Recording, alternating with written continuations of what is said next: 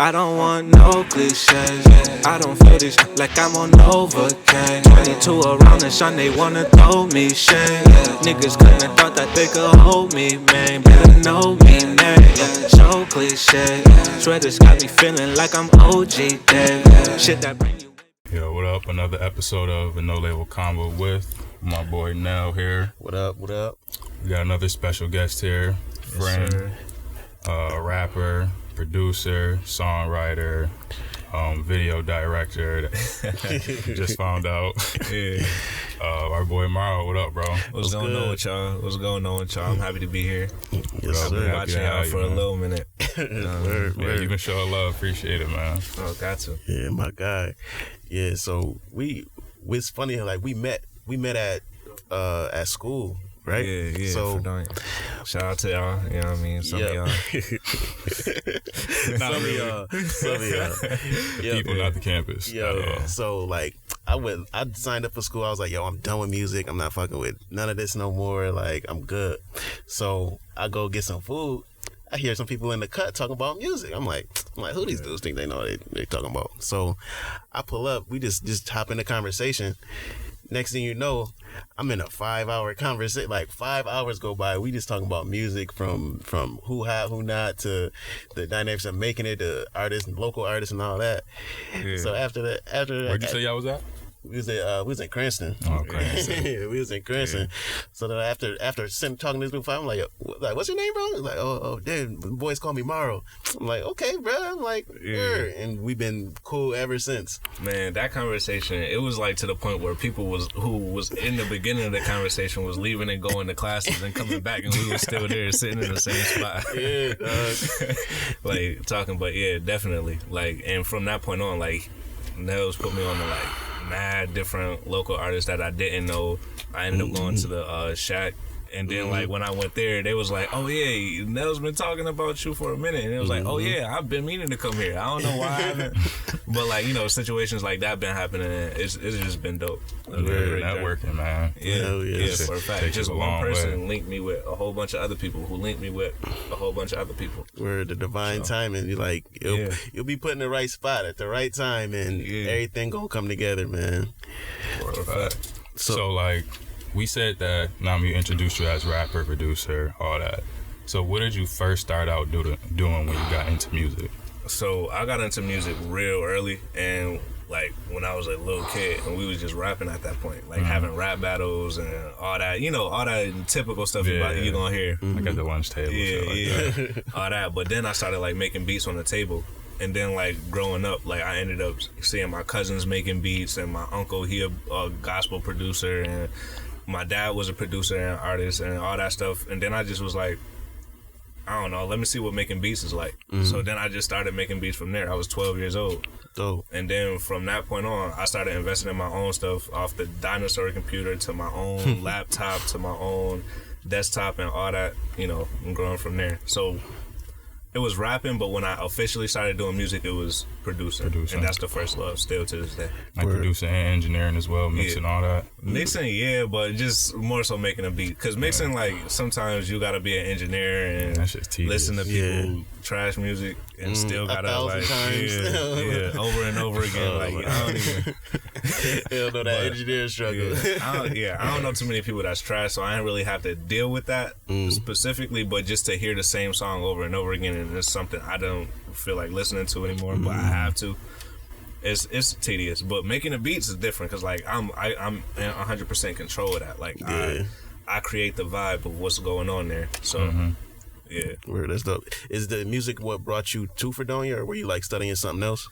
So music brought me to Fredonia because, you know, everybody like Fredonia is his musical school and all that stuff. But little did they tell me, I get in there and they say to get into the music program where you're going to be in the studios, you got to play 4 foreign pieces on an instrument while reading sheet music and all this. I'm like, yo, I just want to mix down shit.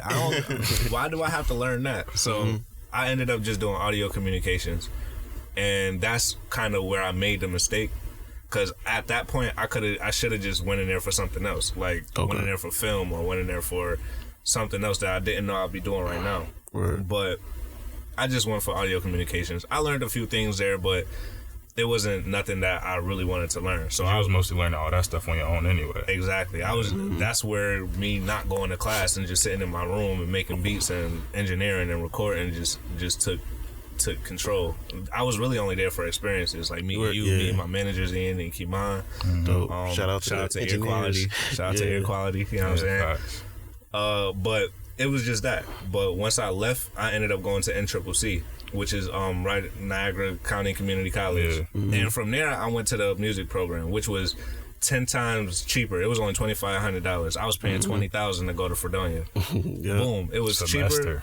In a week, I learned so much about reverbs. I learned so much about all this other stuff. I was actually in the studio messing with like $5,000 mics. You know what I mean? So fire. like, I'm like, okay, why wasn't I doing this like in the first place? And then my refund checks was like thousands of dollars. I was like, yo, that come up. It was a 2-hour bus ride. I don't refund checks, man. Just go all out on them shits. Yeah. So you said you was like engineering and recording, like you were recording people like in the dorms and stuff? Yeah.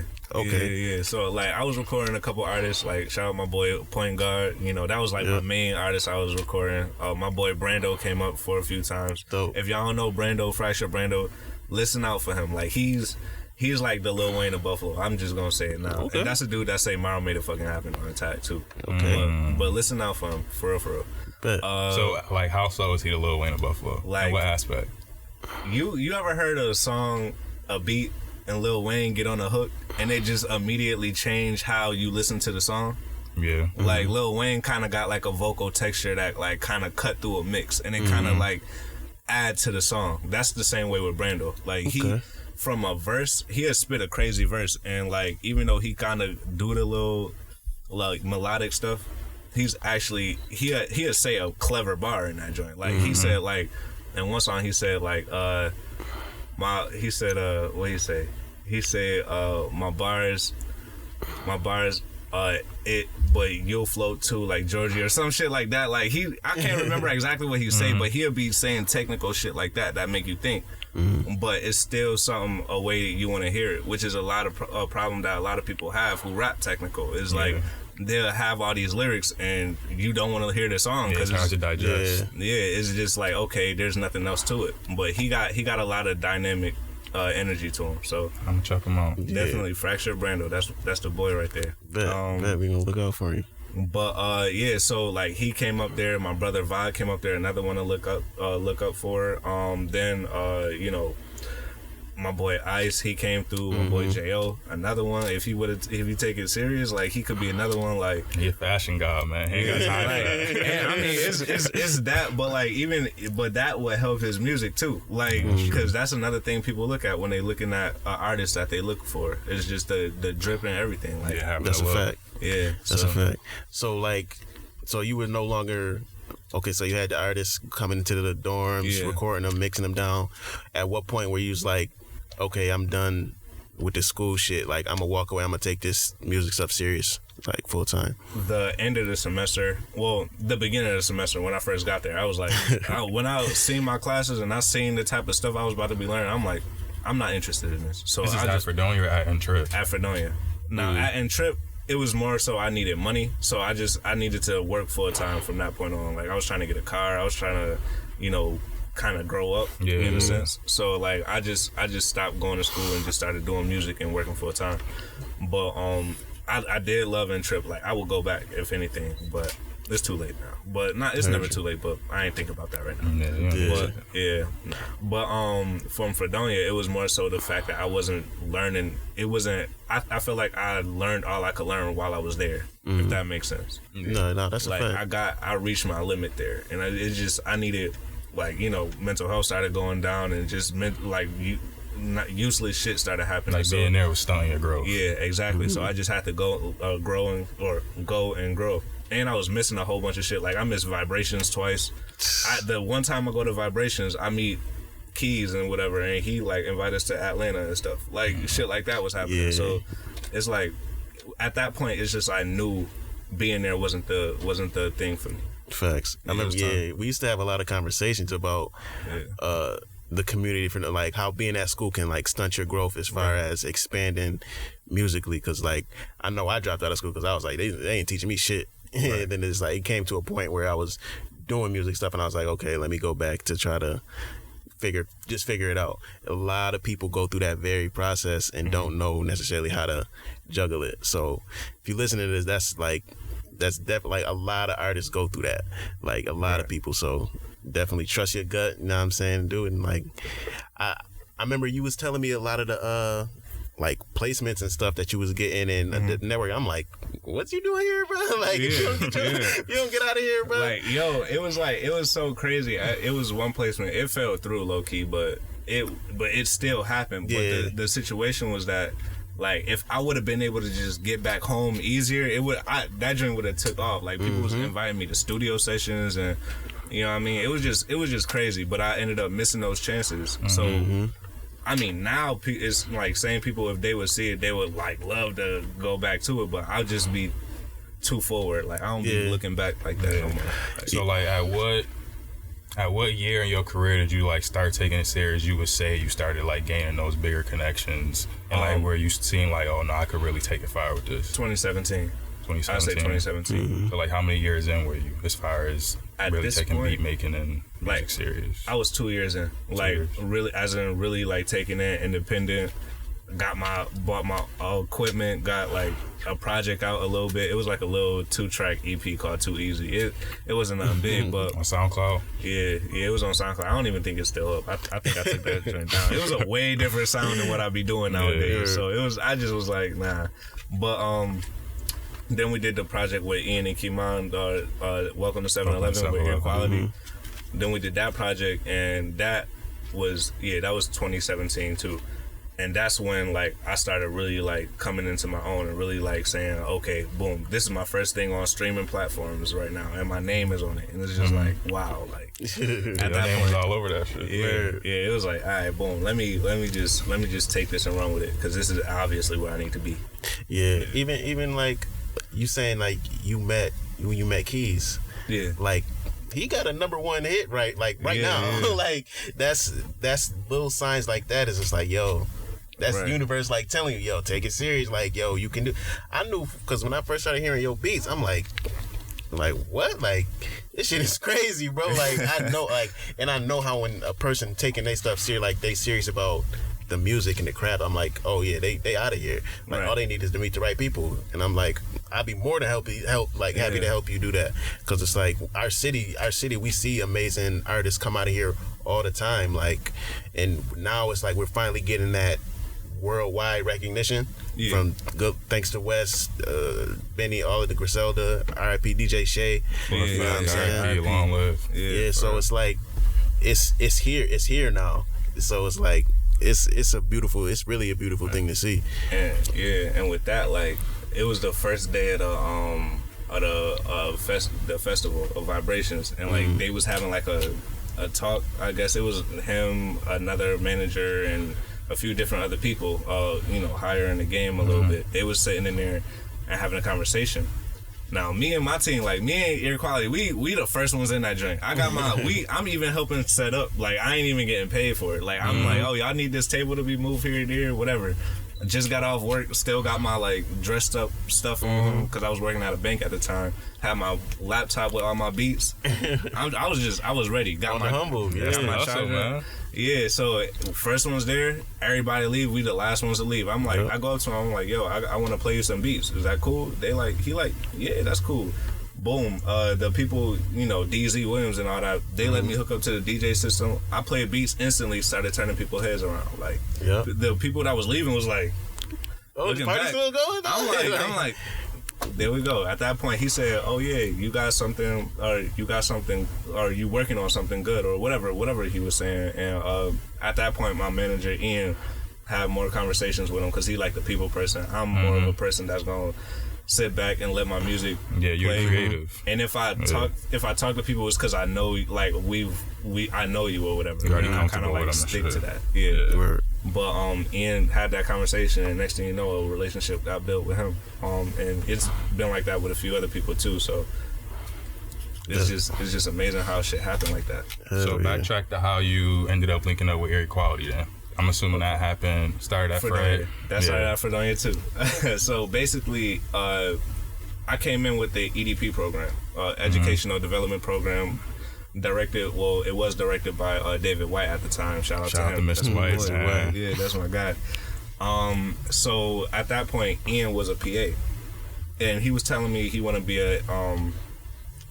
a manager. And I was at the time I was independent. I was like, nah, I don't want no manager. I want to manage myself. I don't want nobody else hand in the pot. Mm-hmm. I don't blame myself for thinking like that at the time, because I'm just me and him, you know what I mean? So like I didn't want to give anybody else like a piece of the pie yet, because I'm just now getting it, figured out. Let me figure out what I got first. Yeah. Like.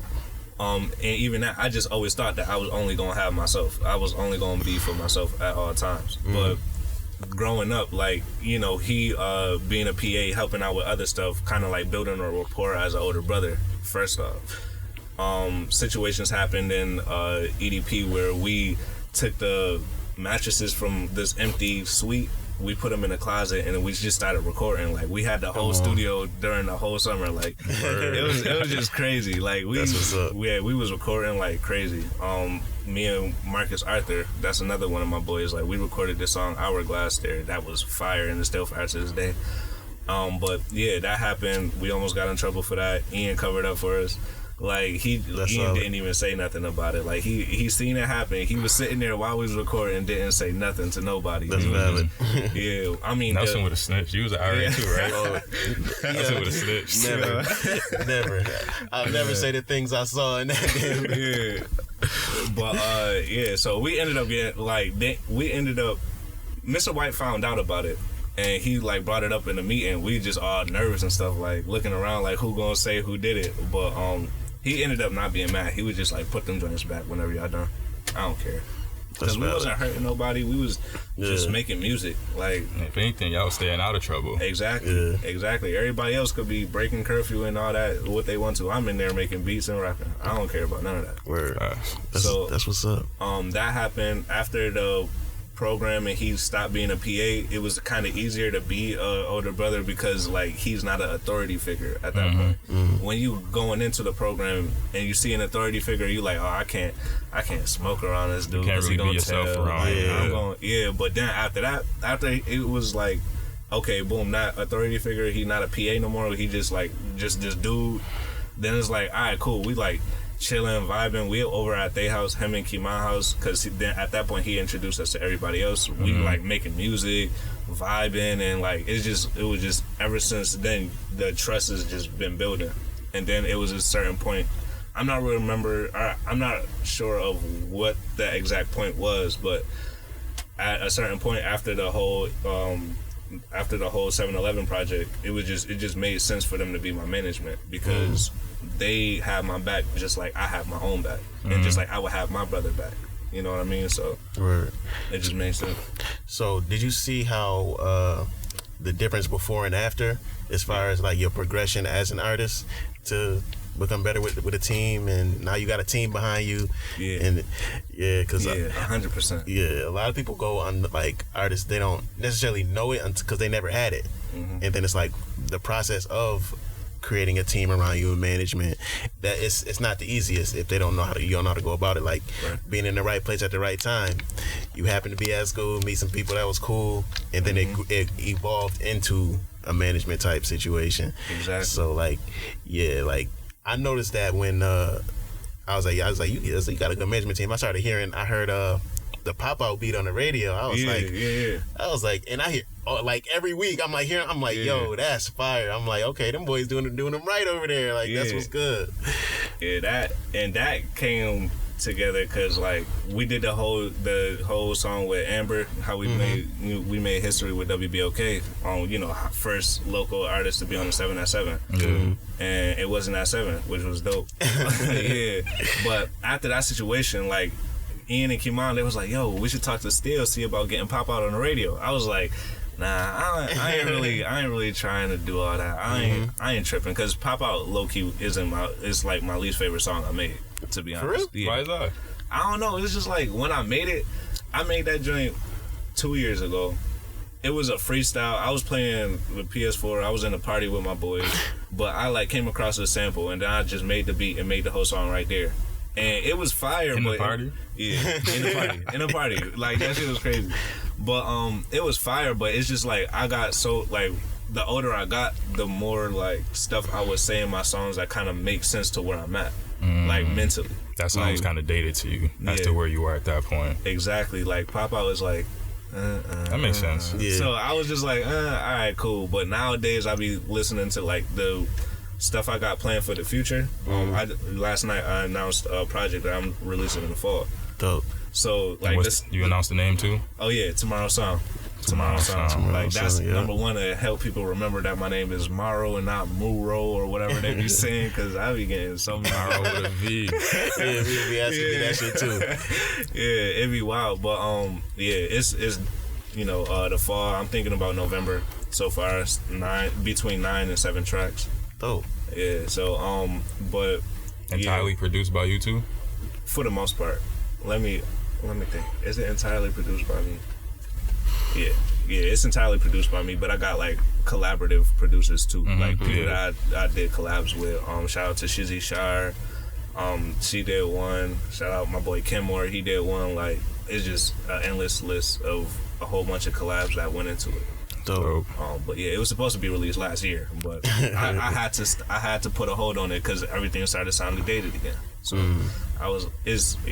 Yeah, well, that's important. Like you always keep creating, so you never behind on your sound. Yeah, and like that's what I felt like was dope. I remember we was pitching the concept to me like a while back, and it was like Tomorrow sounds like you create in a way, not necessarally that's riding dope. that way.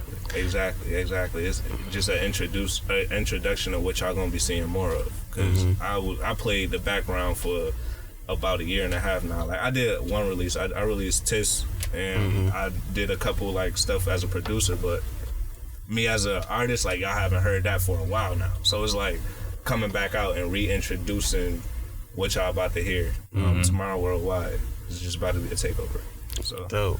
At the end of the day, yeah, that's what I like to see. I like to hear all that shit. So let me think. When you were recording, who were some local artists that you've worked with? I know you've talked about. You said Amber. Yeah, Amber Simone. That. Yeah. Oh yeah. Wait. I'm sorry. I actually stepped off topic. With the whole thing with Pop Out. When I made that song, I just didn't feel like putting it on the radio. That's where I was at. My bad. And what happened was we was in a parking lot, and it was after a showcase, and Still was out there, and Still was like, "Oh yeah, whatever. Oh, you produced that Amber song, blah blah blah." And then my manager's really particularly Kane, he was just like in still face, like, "Yo, like we got this song, we got music we trying to put on the radio." I'm just sitting in the background, I'm like, "Yeah, man, I don't know why he doing all this, man. I ain't even trying." But yeah, Kane was just like persistent, like, yo, what's your email, blah blah blah. Still gave us his email, and ever since that, even Still was blown away. Like we sent him like 5 tracks, and he just was like, "Wow, like we need you on WBLK tomorrow," type shit. Yeah, that's fire. That's Still, man. Yeah, that's dope. Thank you. It was such for a crazy long time, no local artist could like really break that wall. Yeah, that was there. Like that used to be the number one complaint in the city was like WBLK don't play our stuff, like, and it was like a lot of it came back like we got to get our business stuff right. We like nobody had their song ready. You ain't have your song registered. You ain't got stuff copyrighted, so you can't even collect royalties if they were allowed to play. So it's like the fact like your management team had everything in place for you to get the win. You know what I'm saying? And like that's what I've seen that was so dope and important of just having the right people around you and keeping shit straight. I would say yours and Dre Cash Chips joint is the only ones I've heard on the radio in a while. I appreciate that. Dre Cash, he be going up too. Like his management team is real dope too. Like that's what it's just perfect. But with my management team, it's more like a partnership. So like I just take care of my music side.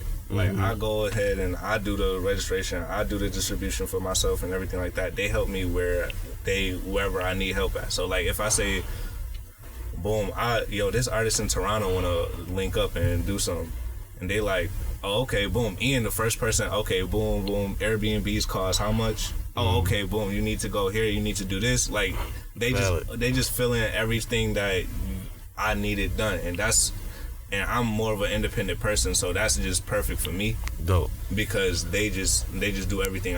I can just focus on my music. I can just it's a weight focus off on your music. shoulders. Yeah, and that's what a lot of artists gotta understand is that management does not necessarily mean, oh, we're taking your money. Management means I'm helping you where you need help at, so you can just get the best sound and you can just focus on your music. Depends on who your manager is too. For sure. Facts. Trust definitely got to be there. I'll say let's talk about let's say that everybody may not be familiar with your music. Like, how long did it take you to develop your sound, and like how would you describe it? That's a good one. So as far as how long it took me to develop the sound I use, or not the sound I use, but the sound I provide, I say as long as I've been doing music, like, because it's still growing. Like, I can't really say it's been a certain time limit. But like I say, it's been since I was in college, and I listened to Birds in the Trap sing Brian McKnight, and it was like a Eli Sauce Tray project, and it was like ever Eli since Sauce Tray is tough. He slept on. Yeah, highly slept on. It was Sleep is for the Weak. That was the first project I feel like I can just play throughout the whole project and not skip one song. But like different artists like that was kind of like, and then like people don't like them, but I love Ugly God. Like artists like that too. Like they have like Thanks, Ugly God. But like He got some verse. Like when he's featuring on other people's tracks, I always like his verse, but I don't listen to his stuff on my own. He be spitting. Nah, he drive me spitting, but it's just like how he just don't care. Like he just do his own stuff. Like he don't care even if he on other people's songs. He just don't care. He just do his own type of his own flow. Yeah. But like it's just been around like 2017 is where I really kind of found myself within all that, like, hearing all that, constantly listening to Timberland Instagram videos when he making beats and like combining everything I was seeing. So I say it was been 2017 up to this point where I officially like got a grasp on who I was as a producer and artist. Yeah. So at what point did you say you switched your sound? Because you said the Pop Out song. Oh yeah. You didn't really like that because I was like the old you and kind of dated. So at what point did you switch to a different sound? So the Pop Out, when I say Pop Out was dated, I'm not necessarily talking about the sound. I'm talking about like The stuff lyrics, I'm saying, the content. Yeah, the content of it. Like the sound is kind of, I ain't gonna say it's the same sound because it's never really the same sound, but it's like it's still the same. same A lot ballpark. of dark kind of ballpark. But that was Pop Out. What I will say is an element and is a baby of everything I've been learning. So it's just the Project X, or if that makes sense. The beginning of everything. Yeah, that was when I first seen like you the first song I seen you really do numbers. Yeah, I was looking. It was like 50K on. Yeah, That's SoundCloud. Yeah, real 48K on SoundCloud right now. I was like, wow. Like, I got my first refund, or not refund check. I'm stupid. What you call it, royalty check? I was just like, wow. Like, and that was just like 2 weeks ago. I was like sitting there like, damn.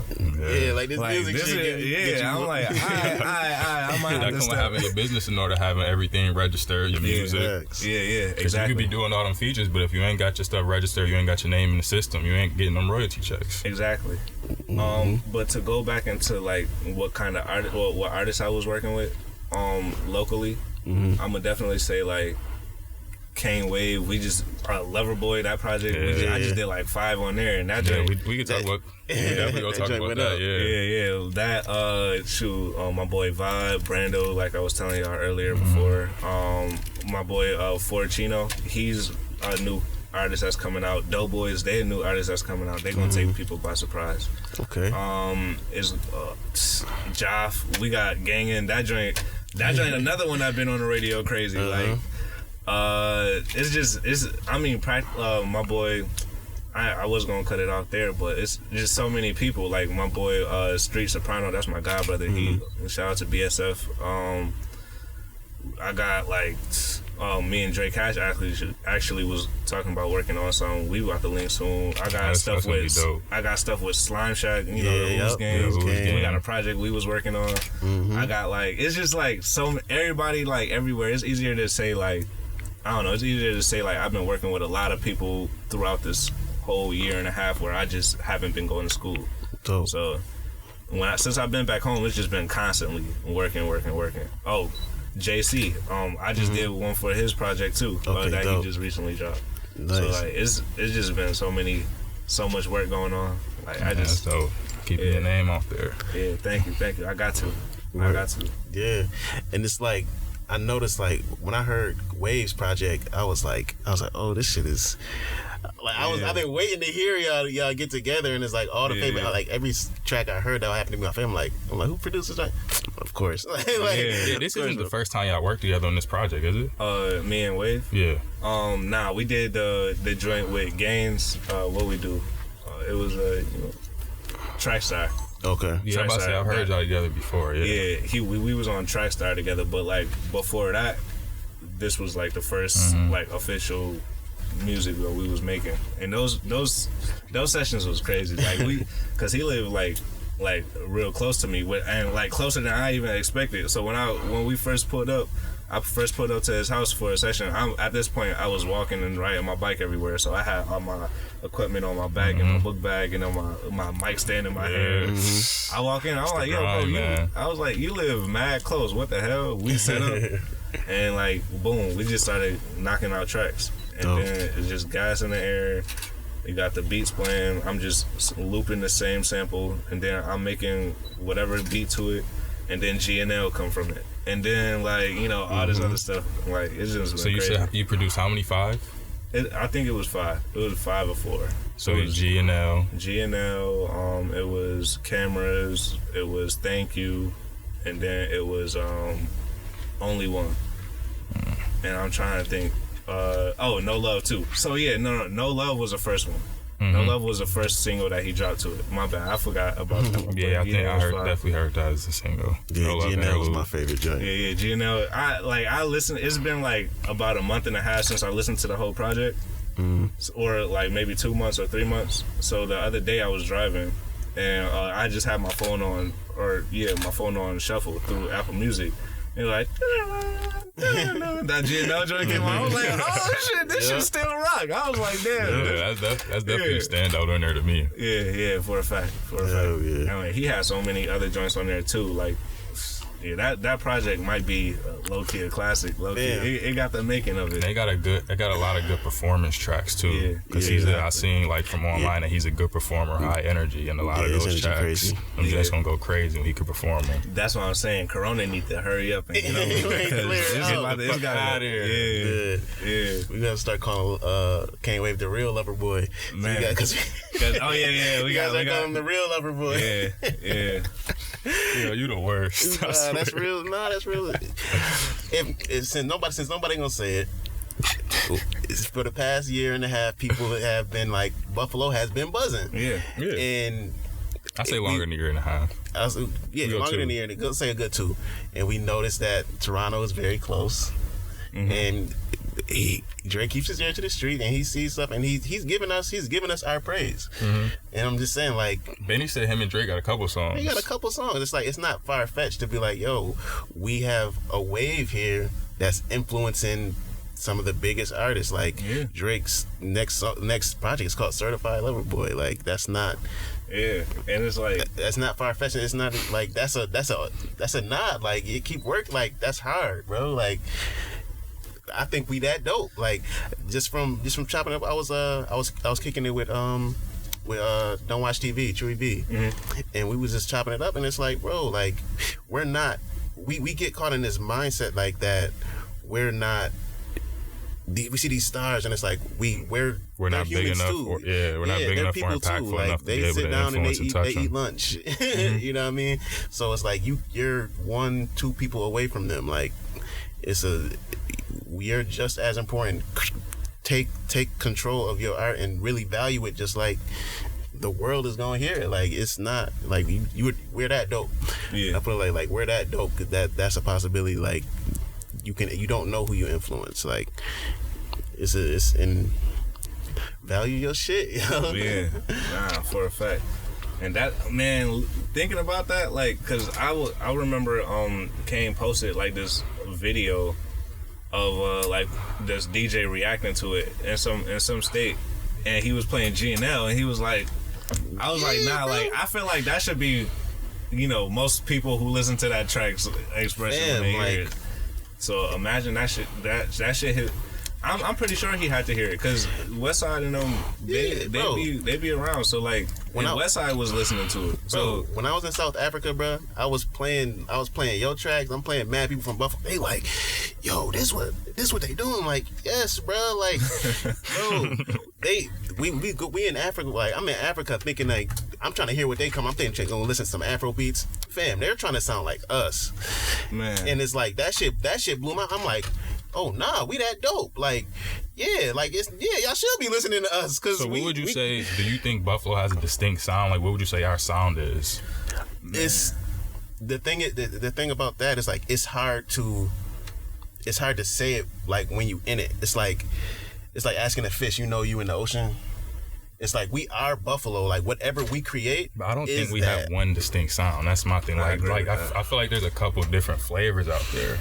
There is, because everybody in town doesn't sound like a Griselda. They have their own sound. So that's two sounds right there in itself.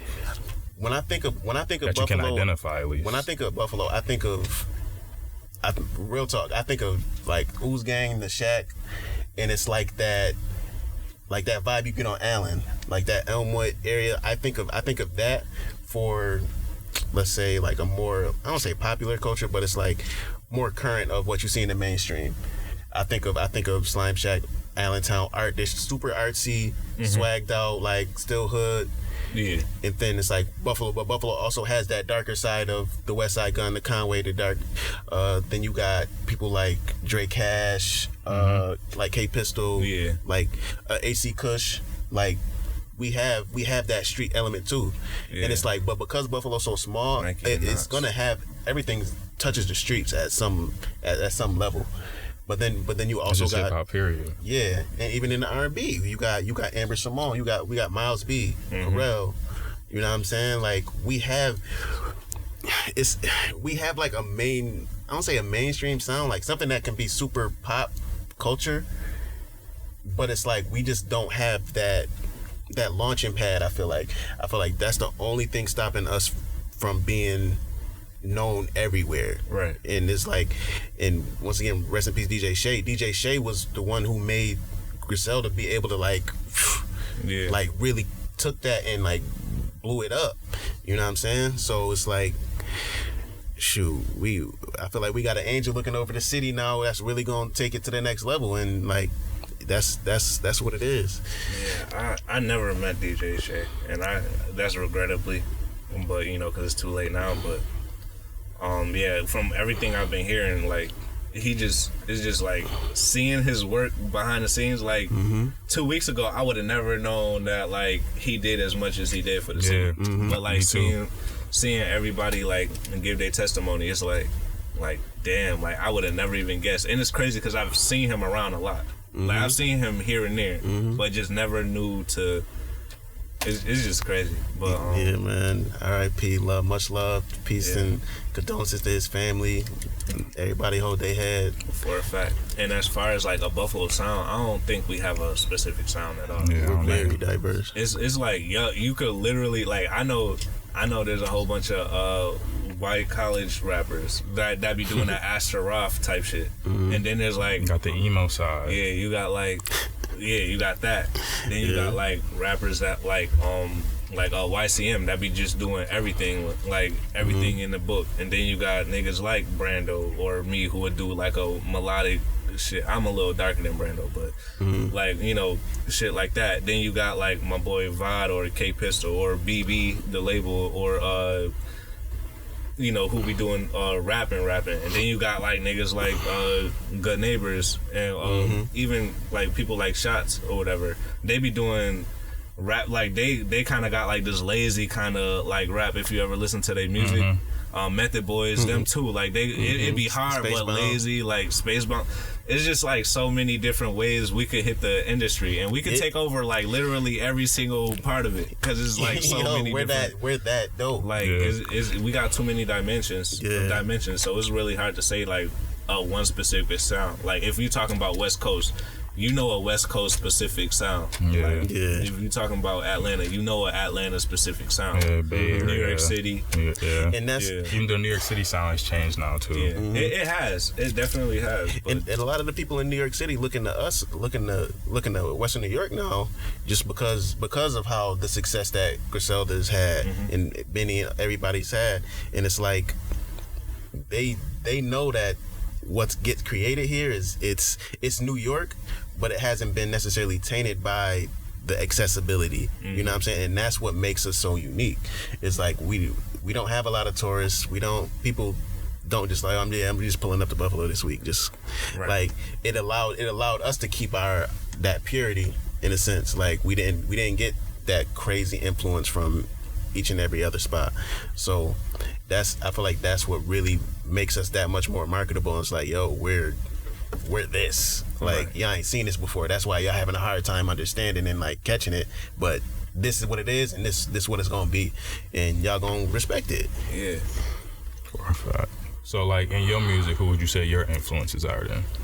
Okay. From like growing up to, all right, we're gonna start growing up, then we get to like right now. We said Growing up, like T-Pain. I'm always say T-Pain. That's like that's a GOAT. rap. Like, so growing up, I used to rap. So I was thinking about people like I was really into Chicago drill scene. You had gun bars? Nah.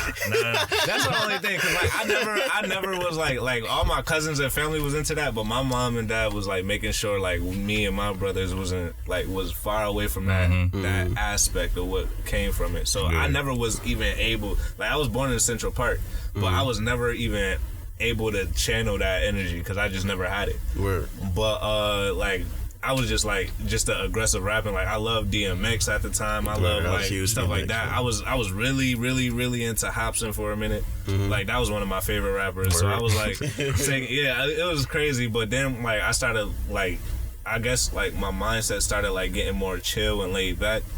And I was listening to like Nav for a while. I was listening to like people like Nebu Kenza. Nelson don't like that. He's a better producer. I could see that. I could see why. I can see why people don't like Nav. But it's just me personally. I fuck with Nav heavy. Yeah. So it's like him. Then like when Gunna and them first came out, I was listening to him. Not so much now, but just people like that. Drake, when he started hopping on his little waves, like Drake be. Every once in a while, I get a Drake project that I just absolutely love, and then that'll be it. He'll do something that make me not like it no more. But I mean, it's just like certain people like that, and then of course I gotta say Timbaland, because Timbaland, like with beats, Timbaland always just like he just does something crazy. Like if you ever watch him make a beat, he'll go in the booth and be like. And then like put that on his FL Studio and or wherever he used and just tweak it, start going crazy with it, and then like just stuff like that just made me feel like I don't know. It's just like make me have another dimension of how I could attack my own music. And then when I go and say niggas like Ugly God, I was a big Chief Keef fan too. A big Chief Keef fan. Like. So like, I used to have arguments with people back in high school because like they'd be like, yo, on the intro. I was like people was like, oh, on the intro, Love Sosa. Ain't got no hitters. Like because when Love Sosa came out, like it was like Don't Like came out, I was like, nah, Chief Keef fire, and Kobe came out balling like I'm Kobe, and then it was like what was it? Love No Thotties came out. Then more people started like And then like Love Sosa, after that, I was like nobody could say shit to me about Chief Keef. Right. Yeah. So like who did you like in your family? Like you spoke about your uncle being in music. Yeah. Where like what kind of music did you think that the music you heard in the household influenced your sound today? Because he said he did gospel and stuff. Because like my dad used to listen to gospel too. Yeah. So my dad was a rapper and producer back in the 90s. Like, okay. From like he was doing Jack the Rapper and all that, like and winning like second places and stuff. So like he was doing like more street stuff, but my uncle, he was doing gospel. My uncle Nate Salter, he actually has like a music school, or in some cases like he helped a lot of people learn piano, singing, all that stuff. Like so he was more classic gospel instrumentation type. Dope. He actually taught me how to do keyboard, or from what I know, and well, he taught me what I know, and then I just ran with it. But like then you got my people like my cousin Charismatic Beats, who was producing for, he was producing like regular rap beats and all that stuff. So I say the music I heard in the house was more so just radio 93.7, even though I wasn't allowed to watch BET, and I wasn't allowed to even listen to the radio.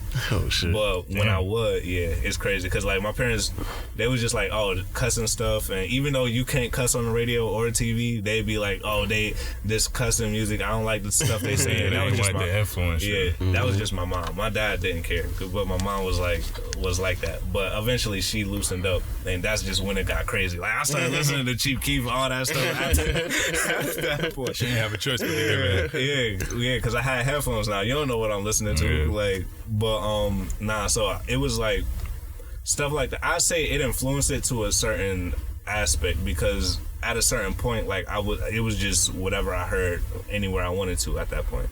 In the household, it was a lot of gospel and stuff, but that didn't really inspire my music, and I say in any kind of way, even though I listen to it and love it, and it's R&B. Once you hear that song, that you gotta listen to it, and it taps in something. But it just I never reached back to that to get inspiration, which I probably could do more of. But yeah, it might happen eventually. Yeah, you never know what tomorrow gonna bring. So we know it's gonna bring tomorrow's sound. Yeah.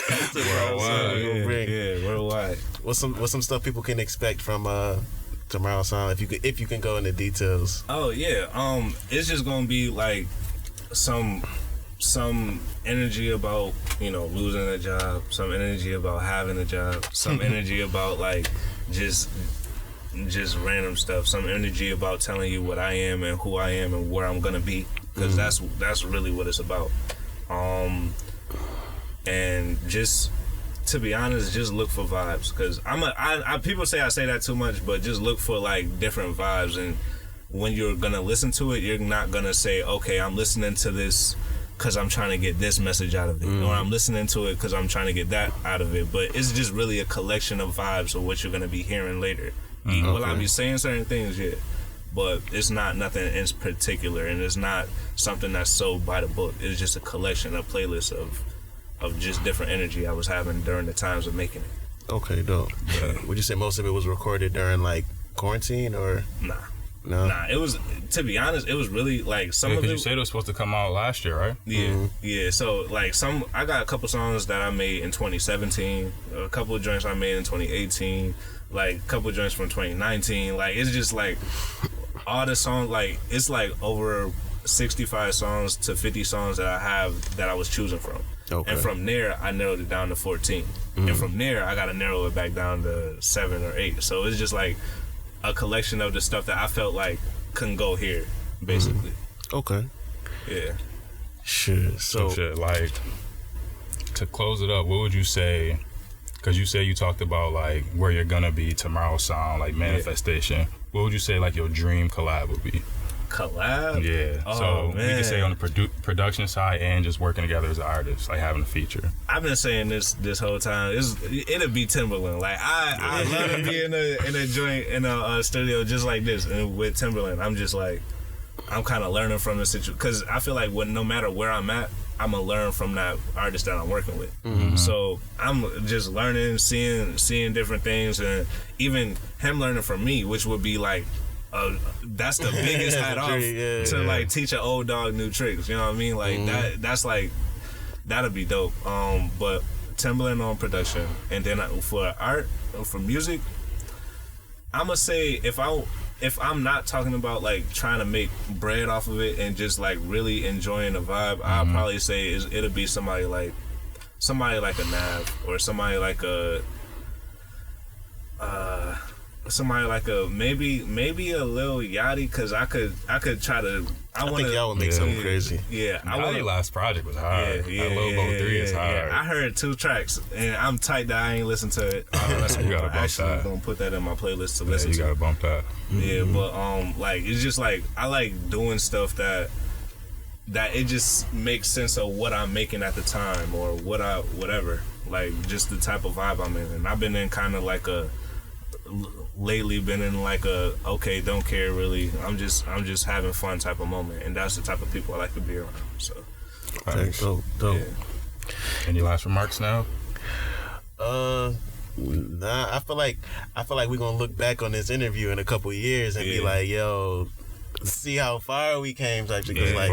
Because I know, I remember when I first heard your shit, I'm just like, oh shit, like I'm excited. I'm excited to see where you take Tomorrow's sound and everything that comes after that. Like I appreciate y'all, boy. Appreciate you. Meeting you really inspired me to really get like, nah, let me get back in this music, because like you don't randomly meet people and talk about something for like 5 hours. Somebody you don't know. Hours. Exactly. You know what I'm saying? So it's like my mom for 5 hours. Please straight. So I was like, that really inspired me to even get back. I was like, to get back into music, and I'm just like, I was like, yeah, it's dope. You shit we here now. You know what I'm saying? So it's meant to be. Nah, I appreciate just y'all having me up here. Nah, we definitely appreciate you for pulling up, bro. I did been telling Nelson, I'm like, I've seen the podcast. I'm like, so y'all doing interviews or something? Y'all doing interviews? I hit you up before, like a couple months ago. Yeah. You asked me if I was down. I was like, hell yeah, I was down. Like, and then initially I thought I wasn't gonna be able to come because of this whole baby shower thing that was going on. But I mean, they ended up canceling that, so I'm like, it's lit. Even if they wasn't canceling that, I talked to my girl. I was like, I think I'm gonna go to this interview instead. I'm gonna see you later. You have to work on that. I'll see you after. Nah, for real, good looking, bro. We appreciate you. Definitely. Tomorrow worldwide. Tomorrow made it fucking happen. Yes, I already know. No Label Convos. We out. Peace. Big plays, man, yeah, it's all I go. Dodging through the traffic, yeah, it's all I know. Mvrro, new contraction, had them calling home. They say Mvrro made it happen, and it's all for sure. I want peace, I don't need bother. This for my team, this for my partners. Man, it was sleep, can I be bothered? Now they wanna kick it like Sparta.